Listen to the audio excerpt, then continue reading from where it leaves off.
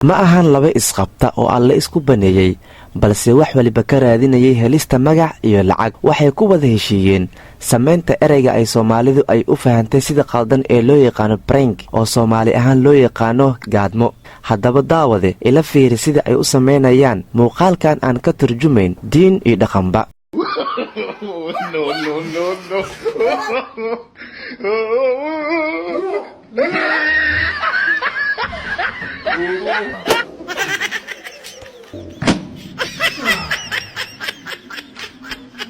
waxay ku wada qanacsan yihiin kuna faraxsan yihiin in ay sameeyeen muuqaal la sameeyo midka ugu wanaagsanaa oo ay ku heli karaan daawadayaal ama views. haddaba maxay diinta islaamka ka qabtaa sameynta dhaqan xumada, maxaase ka dhalan kara haddii ay sidan ku sii socoto arrintan? bal ila daawo Sheekh Cabdulxay iyo sida uu kaga hadlayo arrimahani. wax yaroo fursad haddii la helo waxaad u malaysaa dadkani in oo dhibkii la soo marayba iyo dhibaatadii dembigu uu keenay inayna xusuusnayn.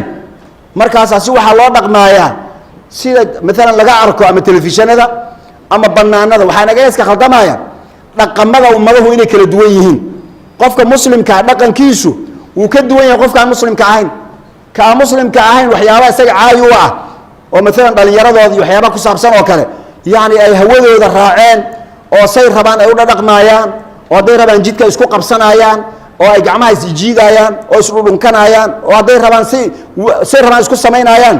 haddaaban ayna isxoogaynin oo is ogol yihiinba aan wax dhiba loo arkaynin culture saa u samaysan innagu kaa manihin. innaga ummaddan waa ummad muxaafid ah, waa ummad diin leh, waa ummad dhaqan leh. wixii noocaas oo kale qariib ayuu inagu yahay. marka haddii la soo geliyo wax qariib inagu dadku waa inay arrintaasi yani raayul caamku waa inuu diido arrintaas ayada. ficlan dareen wuu jiraa oo hadda maalan magaaladeena muqdisho meelaha qaarkood waxaa laga sheegayaa yani dhallinyaro si anshaxumo ah oo asluubta wanaagsan ee dhaqankeenna iyo diinteenna aan u dhaqmay. Cabdulaahi Colaad waa gabyay Soomaaliyeed waxa uuna gabay ku cabirayaa dhibta ay leedahay dhaqan xumada iyo sameynteeda. qaaradeeni ma oo magalaan qareenkeen kuwii hore qisaasmiyo qoomaluud walaalkood ayay qolo wadaagaan qabka kalena waa been oo may helin quluub wacan tugu qulun ka buuxiyo qowbay ku daateen goblan qaad wixii dhalay.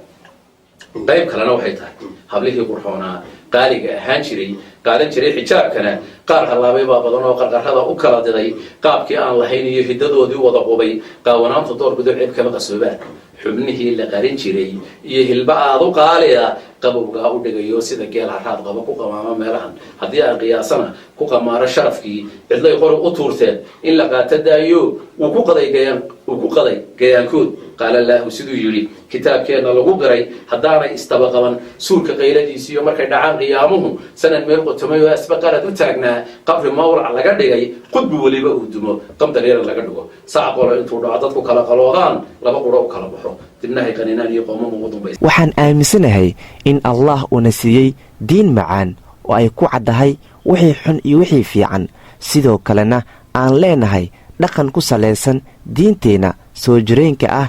dhaqan la mid ahna uusan jirin. dhaqan xumada Soomaalida la soo baxday maalmihii u dambeysay waxaan u sababeeyey fahamka caqiidada oo ku yar, sidoo kale ku dhaqanka shareecada islaamka oo la hareer maray, iyo shaydaanka oo ku qanciyey isticmaalka iyo samaynta waxa xun ee aan raadka ku lahayn diinteenna iyo dhaqankeena. sida caadadu tahay da'yarta wakhtigan jirta ma aysan helin baraarujin dhinaca diinta iyo dhaqanka. sidoo kale waxaa intaas u dheer waalidiinta oo ka gaabiyey kaalintooda ku aadan baraarujinta iyo waanada ubadkooda iyo kareebista dhaqanka foosha xun ee ay ku kacayaan ubadkooda. intaas kadib da'yartan wakhtigan jirta ayaa bilaabay in ay dhaqan cusub la soo baxaan, waxa ayna isla markiiba la qabsadeen dhaqan xumadii ka jirtay waddamada Yurub iyo qaybo ka mid ah bariga Afrika. waxa ayna si toos oo aan gambasho lahayn u samaynayaan dhaqan la sameeyo midka ugu foosha xun kana liita dadnimada iyo islaamnimada. haddaba muhiimaddu waxay tahay sidee loogu gudbi karaa dhaqankan ka fog diinta iyo dhaqanka ee lagu samaynayo ereyga loo yaqaano prank ayada oo lagu samayn karo waxyaabo wanaagsan. fadlan si aad u hesho muuqaal ku cijibiya warbixinno, warar iyo sheekooyin, fadlan subscribe, gambaleelkana riix, like, share, comment